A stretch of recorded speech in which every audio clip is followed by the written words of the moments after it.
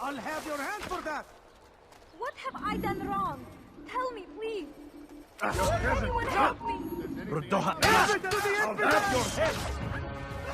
Master the art of the kill. That is what it says on the back of the box, something I didn't do in this clip, for the game Assassin's Creed, the first one. It's a little weird to not have any number or aftertitle like Black Flag or something, but this is the first entry into the AC series.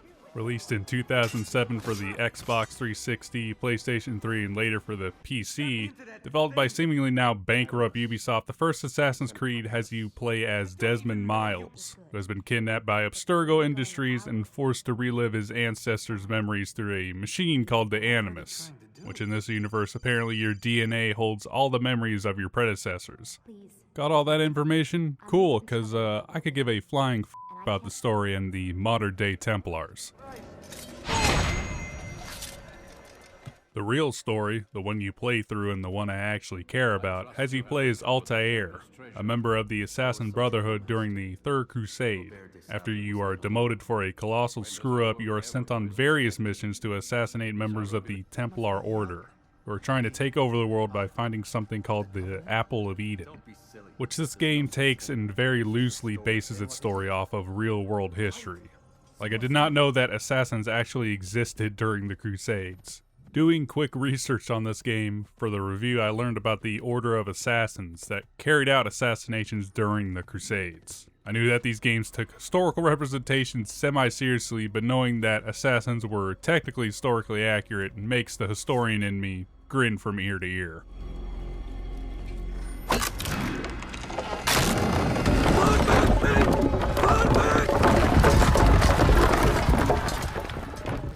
Even some, if not most of your assassination targets are based off real people in the Third Crusade. Obviously, just a name though, so as we all know, this game takes massive creative liberties in order to make this a video game, not a historical documentary. If you're looking for historical accuracy, you will not find it here, but you probably already knew that.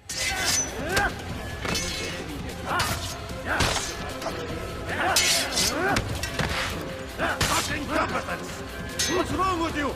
As for gameplay, it plays as any of the other Assassin's Creed games does, but due to this being the original entry in the series, it is very bare bones, even when compared to its first sequel. It has the hallmarks of the series, such as the leap of faith after getting to the ledge to discover parts of the map, and everybody's favorite, the hidden blade, which you'll use throughout the game.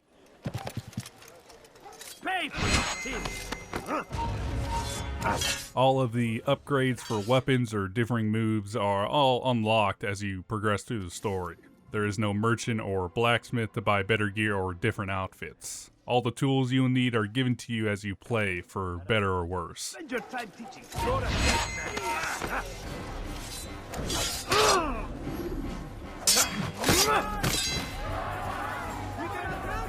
The combat in the game is fairly standard for the series. You can block and parry easily and from any angle. When it comes to you swinging your sword, it is all about timing. You cannot simply button mash your way through a fight, especially in the later stages of the game, as tougher enemies have the same moves as you do. In a long sword fight, the game starts to feel as if it is a rhythm game of sorts. Block or attack at the right time and stuff will happen. Is that the last of them? The climbing, or parkouring as we called it in 2007, is even bare bones as well. There were many times, usually when I was being chased, that Altair would not grab onto a ledge or ladder when I needed him to, and cause me to either fall or have enemies catch up to me, leading to either more chasing, a sword fight, or even my frustration.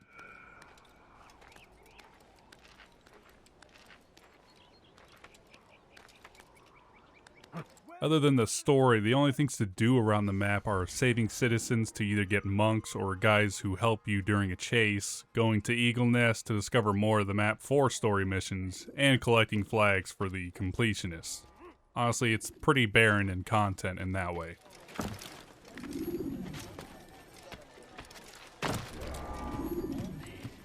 When you first start in an area, you must locate your main target by doing various short missions for people in exchange for information. These can range from assassinating targets in an area in a allotted time, eavesdropping on people nearby, pickpocketing people, or a time travel where you had to pick up flags.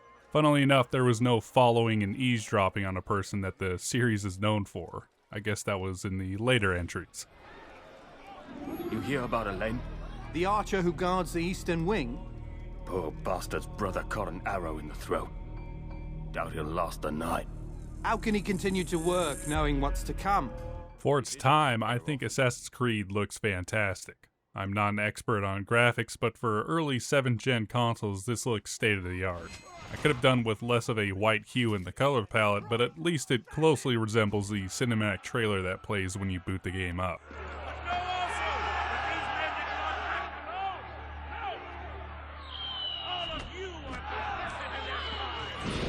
As you go through the game, all the cities have a distinctly different look to them, which coincides to the target you are tracking, although there is only 3 cities to explore. Each makes you feel as though if you've crossed into a different country, especially the area where it looks like you are in medieval Europe or something.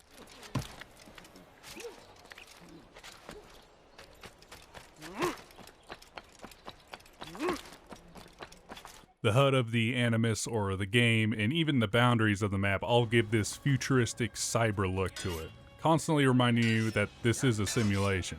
I also really like how you can see a spinning DNA helix on your health bar. Stupid positive nitpicks, I know, but it all comes together for a memorable and pleasant experience. You'll pay for that!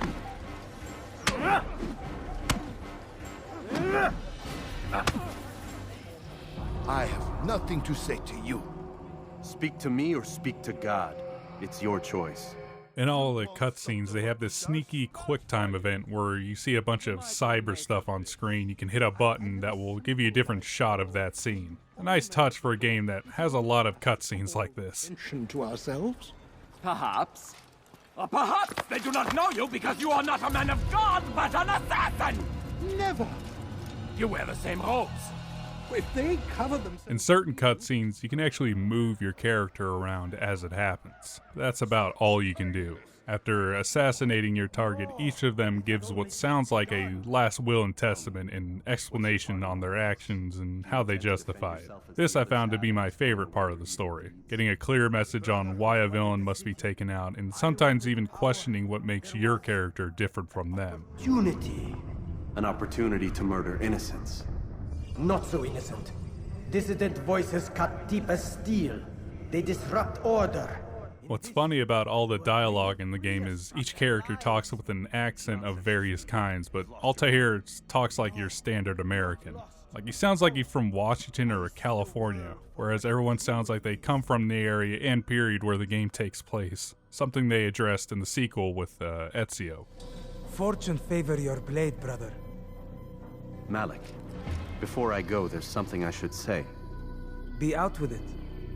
I've been a fool. Even though this is a thing in all the other games, it will never not be funny that the enemies chasing you will just give up after 10 seconds when searching for you, even though you are hiding in a haystack not 5 feet away from them and killed half of their buddies.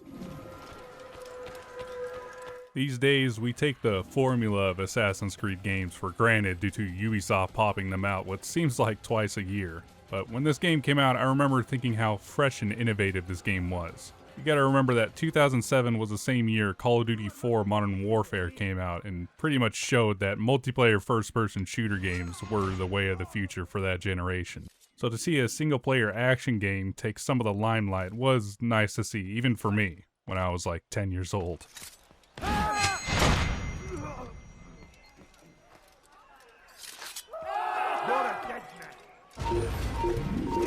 Assassin's Creed is a short but sweet trip through a cybered out Jerusalem that offers just a touch of historical accuracy. With the number of sequels in the series, it is not surprising to hear fans say they have not played the first game.